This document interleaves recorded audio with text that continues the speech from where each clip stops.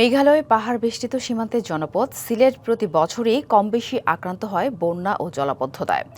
2022-এর ভয়াল বন্যার পর এতটা বড় দুর্যোগের কবলে না পড়লেও দুশ্চিন্তা পিছু ছাড়ছে না নগরবাসীর। এ বিষয়ে আরও জানাতে সিলেট থেকে সরাসরি যুক্ত হয়েছেন সহকর্মী তাওহিদুর রহমান শাহ। তাওহিদ, প্রতিবেদনে যেমনটি দেখছিলাম, নগর ভবন বলছে বন্যা ও জলাবদ্ধতা মোকাবেলায় চলছে নানামুখী তৎপরতা। লক্ষ্য জেলার ছড়া ও খালের পানি প্রবাহ স্বাভাবিক অবস্থায় ফিরিয়ে আনা।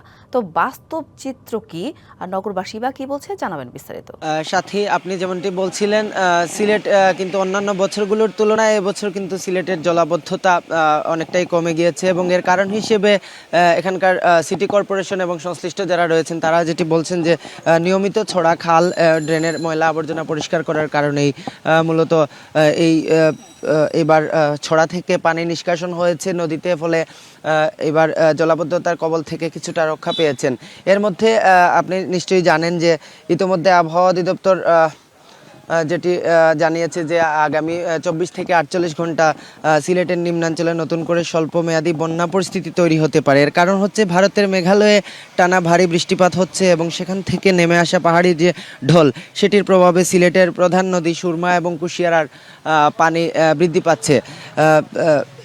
সিলেটের এই যে বন্যার যে আশঙ্কা সেটি দেখছে যে পানি উন্নয়ন বোর্ড, তারা বলছেন যে অর্থাৎ আজ সকালে সুরমা নদীর পানি সিলেট এবং কানাইঘাটে এবং কুশিয়ারা নদীর পানি ফেঞ্চুগঞ্জ পয়েন্টে বৃদ্ধি পেয়েছে। এবং আরেকটু যদি আপনাকে বলে রাখি যে গতকাল সকাল 9টা থেকে আজ সকাল 9টা পর্যন্ত কিন্তু জেলার অন্তত 4টি নদীর পানি 10 থেকে 15 সেন্টিমিটার করে বেড়েছে। এদিকে সিলেট আবহাওয়া অধিদপ্তরের যে তথ্য সেটি বলছে যে গেল 24 ঘন্টায় সিলেটে 18.5 মিলিমিটার বৃষ্টিপাত রেকর্ড করা হয়েছে এবং এর আগের 24 ঘন্টায় যেখানে বৃষ্টিপাত হয়েছিল 14.4 মিলিমিটার।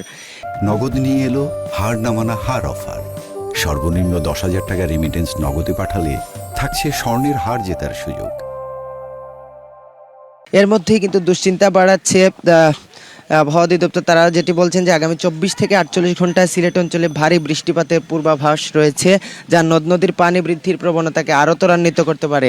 এবং সিলেটের পানি উন্নয়ন বোর্ডের পক্ষ থেকে আমাদেরকে যেটি জানানো হয়েছে যে গেল 24 ঘন্টায় উজানে উল্লেখযোগ্য বৃষ্টিপাত হওয়ার কারণে বিশেষত ভারতের মেঘালয়ে বিভিন্ন এলাকায় ভারী থেকে অতি ভারী বৃষ্টি হওয়ায় সীমান্তবর্তী নদ নদীতে পাহাড়ি ঢলের চাপ তীব্র আকার ধারণ করেছে এবং এর সরাসরি প্রভাব পড়ছে সিলেট বিভাগের নদীগুলোতে, যার ফলে দ্রুত গতিতে বাড়ছে পানির স্তর।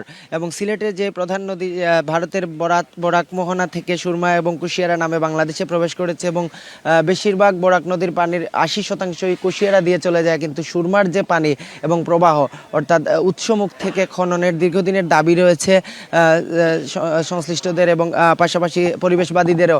তারা যেটি বলেছেন যে এই নদীগুলো যদি উৎসমুখ থেকে ভারতের সাথে সমন্বিত উদ্যোগের মাধ্যমে খনন না করা হয় তাহলে নদীর পানি বিশেষ করে বর্ষা মৌসুমে পানি প্রবাহ সঠিক থাকবে না, ফলে বন্যা কিংবা জলাবদ্ধতার কবল থেকে আসলে রেহাই মিলবে না। তো সরকার একটি প্রকল্প গ্রহণ করেছেন বিশেষ করে সিলেটের বন্যা এবং জলাবদ্ধতা নিরসনে সিটি কর্পোরেশন এলাকার। সেখানে এই মেগা প্রকল্পটি বাস্তবায়ন হলে এখানকার জলাবদ্ধতা কমবে, বন্যা পরিস্থিতি কিছুটা মোকাবেলা করা সম্ভব হবে এবং একই সাথে সুরমা নদীর দুই পাশে সৌন্দর্য বর্ধনের লক্ষ্যমাত্রা রয়েছে।